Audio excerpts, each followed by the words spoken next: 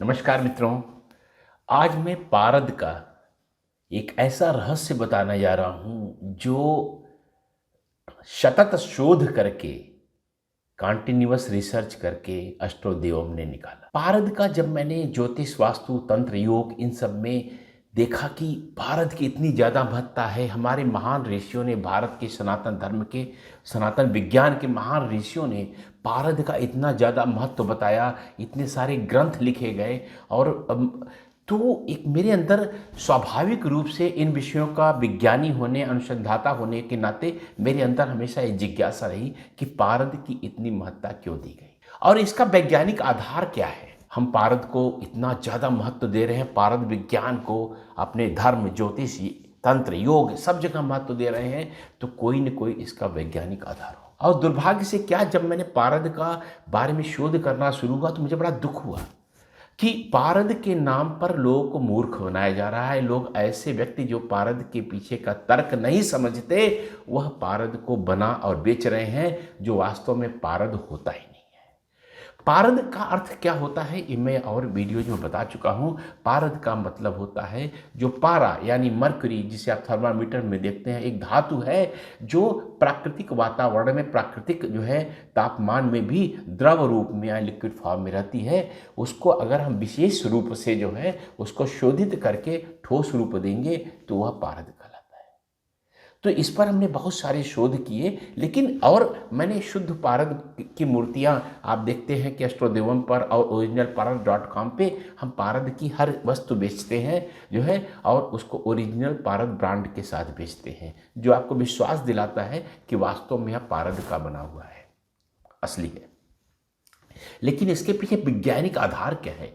तो जब मैं विज्ञान का अध्ययन, विज्ञान और तंत्र योग का सामंजस्य करने का प्रयास कर रहा था, तो मुझे समझ में आया कि पारद एक बहुत बड़ी वैश्विक संकल्पना को, एक कॉस्मिक कॉन्सेप्ट को खंडन करता है, उसका विरोध करता है, उसके ऊपर निकल जाता है। वह कॉन्सेप्ट है, इसको अंग्रेजी में कहते हैं एंट्रोपी, ENTROPY।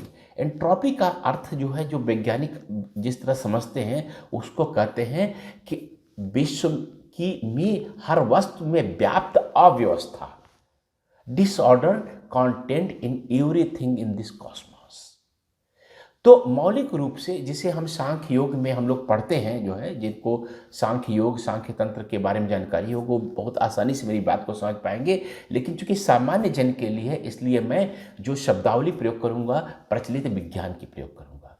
तो प्रचलित विज्ञान ये कहता है कि पूरे सृष्टि में, पूरे ब्रह्मांड में, हर वस्तु में एक जो है अव्यवस्था है, और जो यह अव्यवस्था जो है ये बताती है कि जो E=mc² का जो फार्मूला है, उसके आगे क्या है? क्या एनर्जी और मैटर बराबर हो जाते हैं? नहीं। एंट्रोपी का सिद्धांत ये कहता है कि जो पूरी आपके अंदर का जो एनर्जी है, उससे कि पूरी की पूरी आप इसे गति में ट्रांसफर नहीं कर सकते हैं, स्थानांतरित नहीं कर सकते। और दूसरी बात, ये एक सिद्धांत ये भी कहता है कि कोई वस्तु उसमें स्थित अव्यवस्था के कारण धीरे धीरे, अगर व्यवस्था ऊपर से नहीं डाली गई तो वह धीरे धीरे खत्म हो जाएगी। जैसे यूनिवर्स को अगर ऑर्गेनाइज नहीं, संसार अगर व्यवस्थित नहीं किया गया, धीरे धीरे करके विश्व हमारा धीरे धीरे करके फैलता जा रहा और धीरे धीरे करके नष्ट हो जाएगा, जिसको हम जो है आध्यात्मिक अर्थ में प्रलय कहते हैं। जैसे कि मान लीजिए एक कमरा आपका है, और सरल में समझाना चाहूँगा, आपका कमरा है, ये धीरे धीरे अगर इसको आप व्यवस्थित नहीं किया, आपने ऑर्गेनाइज नहीं किया, तो धीरे धीरे करके पूरा कमरा अव्यवस्थित हो जाएगा। तो आपको क्या करना पड़ता है? एक सामान को प्रयोग करते हैं, फिर एक व्यवस्थित रूप में रखने का प्रयास करते हैं। कोई भी धातु रखी हुई है, तांबा है, सोना है, पीतल है, कोई भी है, वो एक समय के बाद अगर वो क्षरित हो जाएगी, अव्यवस्था के कारण धीरे धीरे करके वो डिसइंटीग्रेट हो जाएगी और खत्म हो जाएगी। एक और सरल उदाहरण दूंगा, जैसे पानी है। पानी जो है, जब आप बर्फ जमी हुई है तो उसके पूरे मॉलिक्यूल्स जो अणु परमाणु हैं वो व्यवस्थित रूप से पड़े हुए हैं, लेकिन धीरे धीरे करके वो पानी पिघलता है और उसके मॉलिक्यूल्स जो है धीरे धीरे करके अव्यवस्थित होने लगते हैं। फिर और गर्म होगा तो भाप बनेगा और अव्यवस्थित हो जाएंगे, फिर पानी खत्म हो जाएगा। तो ये ऐसा नहीं हो सकता है। तो ये जो अव्यवस्था का जो विश्व का नियम है, यह हर वस्तु पे लागू होता है, हर चीज पे लागू होता है, हम पर भी लागू होता है, आप पर भी लागू होता है। और इसीलिए आप और हम धीरे धीरे करके हमारे सेल्स अव्यवस्थित होते जाते हैं और हम भी एक दिन जो है मर जाते हैं। ये केवल मानव पर नहीं लागू होती है, हर जीव जंतु पे लागू होती है, हर इस पृथ्वी पर भी लागू होती है। एक दिन पृथ्वी खत्म हो जाएगी, एक दिन ये पूरा विश्व नष्ट हो जाएगा, एक दिन जो हमारी ऊर्जा का स्रोत सूर्य है वो भी नष्ट हो जाएगा। लेकिन यह बात पारद पर लागू नहीं। एंट्रोपी के सिद्धांत जो है पारद पर लागू नहीं हो। और जब ये पता चला मुझे, तो मेरी आंखें विस्फारित रह गई। अब यही कारण है कि जो ऋषियों ने हमारे जो विमान जो वैमानिक शास्त्र जो भरद्वाज ऋषि का है, उसमें उन्होंने कहा कि विमान पारद के आधार पर संचालित किए। वह जो संकल्पना है उसे यथार्थ रूप में आज तक हम उसे ला नहीं पाए हैं। जो हमारे प्राचीन कालिक जो है भरद्वाज का वैमानिक शास्त्र है कि विमान कैसे चलेंगे आकाश में, उन्होंने कहा कि पारद पर अगर चलाएंगे तो वह सबसे अच्छा जो है ईंधन होगा, क्योंकि वह नष्ट नहीं होता है, अपने को रिसाइकल करता रहता है। इतना बड़ा रहस्य हमारे ऋषियों ने देखा था। तो इसलिए इवन न्यूक्लियर किसी भी ऊर्जा के लिए ये हमें पूरी सभ्यता को काम करना पड़ेगा कि यह किस तरह से इस ज्ञान को, विज्ञान को जो पारद पर लागू किया, कैसे ज्ञान विज्ञान जो पारद का है उसको अपनी भलाई के लिए, भौतिक उपलब्धि के लिए कैसे प्रयोग कर सकते। आध्यात्मिक उपलब्धि के लिए तो अष्टोद्यम आपको शुद्ध पारद की वस्तुएं दे ही रहा है।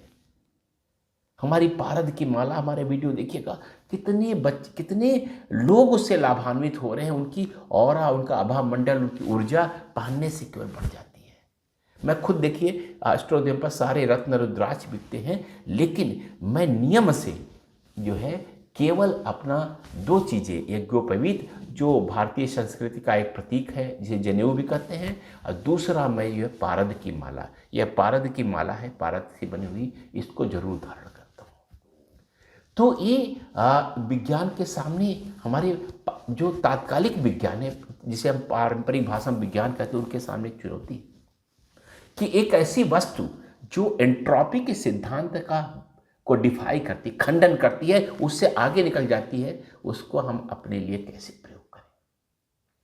लेकिन तब तक आप हमारे पारद के समानों का, क्योंकि अगर कोई वस्तु, कोई जो है एंट्रोपी के सिद्धांत का उल्लंघन करती है, तो आपके लिए भी उसी सिद्धांत के आपको थोड़ा मदद करेगी, सहायता करेगी कि आप खुद एंट्रोपी, आपका क्षरण धीमा हो जाएगा, आपका डिसइंटीग्रेशन, आपका विखंडन, आपके कोशिकाओं का विखंडन। ये मेरा मानना है, और इस दिशा में हम लोग बहुत ज़्यादा शोध कर रहे हैं कि यह हम सिद्ध कर पाए कि मानव कोशिकाओं का भी विखंडन पारद की सहायता से कैसे धीमा किया जा सकता है, आपकी उम्र को कैसे बढ़ाई जा सकती है। इसमें बहुत सारे हम ही नहीं कर रहे हैं, बहुत सारे शोध कर रहे हैं, लेकिन वो लोग शोध नहीं कर रहे हैं जो पारद के नाम पर मूर्ख बना रहे हैं। तो हमारे मिशन में आप भी सहभागी बनिए। जब भी आप पारद का सामान हमारे वेबसाइट से खरीदते हैं तो उसी मिशन का हिस्सा बनते हैं। और मैं हमको वादा करते हैं, हमारे जो ऑरा स्कैनर है उसके माध्यम से कितनी बार हम लोगों ने डिमॉन्स्ट्रेट किया है कि आपकी ऑरा को, आपके आभा मंडल को पारद किस तरह से बढ़ा देता है, किस तरह से बढ़ा देता है। तो निश्चित ही आपको लाभ करती है। लेकिन यह बहुत शोध के बाद यह सिद्धांत हम लोगों ने खोजा, समझा, और मैंने उपयुक्त समझा कि यह आप लोगों से बांटूं। पारद के हम लोग बहुत सारे सामान बनाते हैं, जिसमें सर्वश्रेष्ठ है पारद का शिवलिंगम। यह आकार ही वैश्विक ऊर्जा का, पूरी सृष्टि के संपूर्ण चेतना का प्रतीक है। ये ऋषियों ने निर्माण किया, और पारद का लिंगम, रस लिंगम जिसे कहते हैं, हम दावा करते हैं कि सबसे शुद्ध रस लिंगम हम लोग बनाते हैं। तो यह, और इतना इसकी ऊर्जा का अनुभव न केवल हिंदुओं ने, हर धर्म के, हर समाज के, हर राष्ट्र के लोगों ने अनुभव किया है और इससे लाभान्वित हुए हैं। यह कॉस्मिक वैश्विक शक्तियों का प्रतिनिधित्व करता है। यह आप प्रयोग करके खुद देख सकते हैं, अपनी मेज पर रख करके, अपने आसपास रख करके। यह शुद्ध पारद का, देखिए 1 किलो से ज़्यादा पारद है, एक मुट्ठी में आ जाता है। यह शुद्ध पारद का बना हुआ है। तो यह इस तरह की बहुत सारी चीज़ें हम लोग बनाते हैं जो पारद के वैश्विक ऊर्जा को आप तक पहुंचाने में मदद करती है। नमस्कार, मैं हूं आचार्य कल्कि कृष्णन, एस्ट्रो देव।